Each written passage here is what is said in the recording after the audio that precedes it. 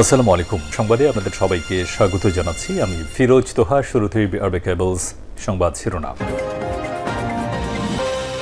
বাংলাদেশের সর্বশেষ গুরুত্বপূর্ণ আপডেট সংবাদে আপনাকে স্বাগত। শুরুতেই সংবাদ শিরোনাম, পরে বিস্তারিত। শুরুতেই জানাবো, গণহত্যার বিচারের আগে আওয়ামী লীগ নির্বাচনে অংশ নিতে পারবে না, প্রয়োজনে দ্বিতীয়বার বাংলাদেশে অভ্যুত্থান হবে বললেন বৈষম্যবিরোধী ছাত্র আন্দোলনের অন্যতম সমন্বয়ক সারজিস আলম।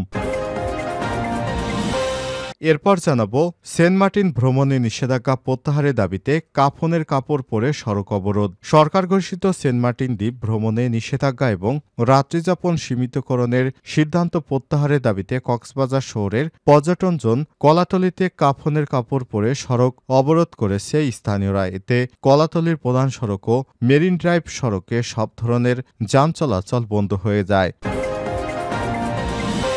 এবারে জানাবো, তিতুমির কলেজের শিক্ষার্থীদের আন্দোলন স্থগিত। তিতুমির কলেজকে বিশ্ববিদ্যালয় ঘোষণার দাবিতে আন্দোলন স্থগিত করেছে সাধারণ শিক্ষার্থীরা। এ কলেজকে বিশ্ববিদ্যালয়ে রূপান্তর করার সম্ভাবনা যাচাই করতে এক সপ্তাহের মধ্যে 5 সদস্যের একটি বিশেষ কমিটি গঠন করে শিক্ষা মন্ত্রণালয়। কমিটি কলেজটির বিশ্ববিদ্যালয়ে পরিণত হওয়া নিয়ে সব ধরনের তথ্য যাচাই বাছাই করবে এবং দ্রুত প্রতিবেদন জমা দেবে। এরপর এ বিষয়ে চূড়ান্ত সিদ্ধান্ত নেওয়া হবে। জানাবো, প্রাথমিক 6,500 শিক্ষক নিয়োগ হাইকোর্টে স্থগিত। সরকারি প্রাথমিক বিদ্যালয়ের সহকারী শিক্ষক পদে তৃতীয় ধাপে 6,531 জনের নিয়োগপত্র প্রদানের সিদ্ধান্ত স্থগিত করেছে হাইকোর্ট। কোটা পদ্ধতি অনুসরণ করে তাদের নিয়োগ দেয় আদালত আদেশ দিয়েছে। আজ বিচারপতি ফাতেমা নজিব ও বিচারপতি মাহমুদুর রাজিফের হাইকোর্ট বেঞ্চ এ আদেশ দেয়।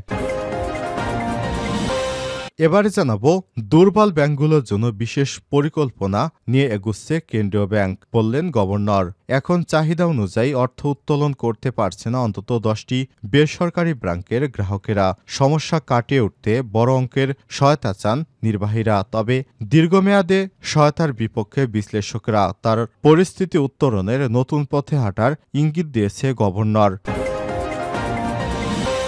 এবং সর্বশেষ জানাবো, হাইকোর্টের 3 বিচারপতির পদত্যাগ করেছে হাইকোর্টের 3 বিচারপতি। 3 বিচারপতি হলেন বিচারপতি সালমা মাসুদ চৌধুরী, বিচারপতি কাজী রেজা উল হক, বিচারপতি একেএম জহিরুল হক। আজ আইন বিচার বিভাগের বিচার শাখা 4-এর সচিব আবু তাহের স্বাক্ষরিত এক প্রজ্ঞাপনে এসব তথ্য জানানো হয়েছে। প্রিয় দর্শক, এতক্ষণ শুনছিলেন সংবাদ শিরোনাম, এবারে বিস্তারিত। তবে তার আগে বন্ধুরা, অনুরোধ থাকবে সংবাদটিতে একটি লাইক দিন। এই চ্যানেলে আপনি নতুন হয়ে থাকলে আমাদের সংবাদটি দেখতে দেখতে চ্যানেলটি সাবস্ক্রাইব করে রাখুন, যাতে করে বন্ধুরা আমাদের পরবর্তী লেটেস্ট আপডেট সংবাদগুলো সবার আগে আপনার কাছে পৌঁছে যায়। কমেন্ট করে আপনার মূল্যবান মতামত জানিয়ে দিন। এবারে বিস্তারিত। গণহত্যার বিচারের আগে নির্বাচনে আওয়ামী লীগের অংশগ্রহণ নয়, প্রয়োজনে দ্বিতীয় গণ অভ্যুত্থান। গণহত্যার বিচারের পূর্বে আওয়ামী লীগকে কোনো নির্বাচনে অংশগ্রহণ করতে দেব না, প্রয়োজনে দ্বিতীয় গণ অভ্যুত্থান হবে বলে জানিয়েছেন জুলাই স্মৃতি শহীদ ফাউন্ডেশনের সাধারণ সম্পাদক সারজিস আলম। আজ মঙ্গলবার 19 নভেম্বর দুপুরে সোশ্যাল মিডিয়া ফেসবুকের ভেরিফাইড অ্যাকাউন্টে এক পোস্টে এসব কথা জানান তিনি। এদিকে তার এই পোস্টে কিছুক্ষণ পরই আওয়ামী লীগের পুনর্বাসন নিয়ে কথা বলেছে বৈষম্যবিরোধী ছাত্র আন্দোলনের অন্যতম সমন্বয়ক হাসনাত আব্দুল্লাহ। তিনি ফেসবুক ভেরিফাইড অ্যাকাউন্টের এক পোস্টে লিখেছেন, ছেলেদের রক্তের উপর পা রেখে দিল্লিকে কিবলা বানিয়ে ক্ষমতার মসনদে যার আকাঙ্ক্ষা জনগণের মুক্তির নিয়তের সঙ্গে বিশ্বাসঘাতকতা। আওয়ামী লীগ পুনর্বাসনের জন্য যারা উদ্যোগ নেবে তাদেরকে ইতিহাস গণশত্রু হিসেবে চিহ্নিত করবে।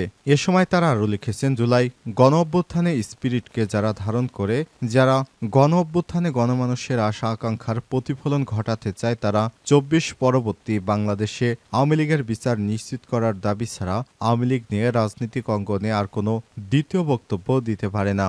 এর আগে সোমবার 18 নভেম্বর অন্তর্বর্তীকালীন সরকারের যুব ক্রীড়া মন্ত্রণালয়ের উপদেষ্টা আসিফ মাহমুদ সজীব ভুঁইয়া এক আলোচনা সভায় বলেন, আমরা এখন সরকারের পক্ষ থেকে আওয়ামী লীগকে নিষিদ্ধের কথা বলি, তখন রাজনৈতিক দলগুলো তাদের বক্তৃতা সেটি বাধা দেওয়ার চেষ্টা করছে। আসিফ মাহমুদ আরও বলেন, 1945 সালে জার্মানির ফ্যাসিস্ট মাতসি পার্টিকে যদি নিষিদ্ধ করা হয় এবং সেই দল এখনও নিষিদ্ধ রয়েছে, আর সেখান থেকে আমাদের বোঝা উচিত যে আওয়ামী লীগের পরিণতি কেমন হওয়া উচিত। সোমবার রাতে 10:30টার দিকে জাহাঙ্গীরনগর বিশ্ববিদ্যালয়ের মুক্তমঞ্চে অনুষ্ঠিত নবীন চোখ ও গণ অভ্যুত্থান আগামীর বাংলাদেশ শীর্ষক এক আলোচনা সভায় এসব কথা বলেন যুব ও ক্রীড়া মন্ত্রণালয়ের এই উপদেষ্টা। সেন্ট মার্টিন ভ্রমণ নিষেধাজ্ঞা প্রত্যাহারের দাবিতে কাফনের কাপড় পরে সড়ক অবরোধ। সরকার ঘোষিত সেন্ট মার্টিন দ্বীপ ভ্রমণে নিষেধাজ্ঞা এবং রাত্রিযাপন সীমিতকরণের সিদ্ধান্ত প্রত্যাহারের দাবিতে কক্সবাজারের শহরের পর্যটন জোন কলাতলিতে কাফনের কাপড় পরে সড়ক অবরোধ করেছে স্থানীয়রা। এতে কলাতলির প্রধান সড়ক এবং মেরিন ড্রাইভ সড়কের সব ধরনের যান চলাচল বন্ধ হয়ে গেছে। মঙ্গলবার 19 নভেম্বর বেলা 11:30টার দিকে 2 সহস্রাধিক মানুষ কলাতলি ডলফিন মোড়ে অবস্থান নেয় এবং দুপুর 1টা পর্যন্ত তাদের সড়ক অবরোধ অব্যাহত থাকে। সরেজমিনে গিয়ে দেখা গেছে বিভিন্ন ধরনের ব্যানার ফেস্টুন দিয়ে কলাতলির প্রধান সড়কের ডলফিন মোড় এবং আশপাশের স্থানে অবস্থান নিয়েছে অবরোধকারীরা। এ সময় অনেকেই কাফনের কাপড় পরে সড়কে শুয়ে থাকতে দেখা গেছে। কেউ বসে দাঁড়িয়ে প্রতিবাদ জানাচ্ছে, আবার কেউ বিচ্ছিন্নভাবে বিক্ষোভ মিছিল করছে। আন্দোলনের সমন্বয়ক আব্দুল মালেক জানান, এ আন্দোলনে অংশ নিতে সেন্ট মার্টিন থেকে সহস্রাধিক নারী পুরুষ এসেছে। পর্যটন শিল্পের সঙ্গে সংশ্লিষ্ট কক্সবাজারে বিভিন্ন স্তরের মানুষও অংশগ্রহণ করেছে। বিক্ষোভকারীরা সেন্ট মার্টিনে ভ্রমণ নিষেধাজ্ঞা এবং রাত্রিযাপন সীমিতকরণের সিদ্ধান্ত প্রত্যাহারের দাবিতে সড়ক অবরোধ করেছে। দাবি আদায় না হওয়া পর্যন্ত তারা সরবে না, প্রয়োজনে মরবে। সড়ক অবরোধের কারণে কলাতলি প্রধান সড়ক ও মেরিন ড্রাইভ সড়কে সব ধরনের যান চলাচল পুরো বন্ধ রয়েছে।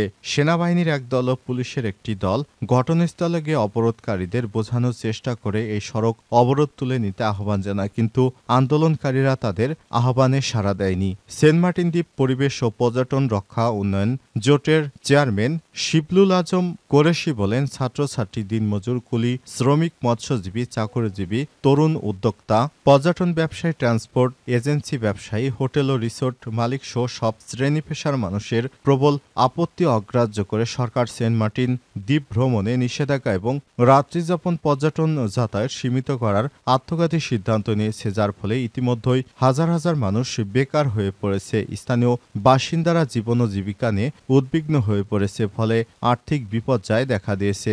ছাত্রছাত্রীরা তাদের লেখাপড়া ও ভবিষ্যৎ নিয়ে শঙ্কিত, তাই বাধ্য হয়ে তারা রাস্তায় নামতে বাধ্য হয়েছে।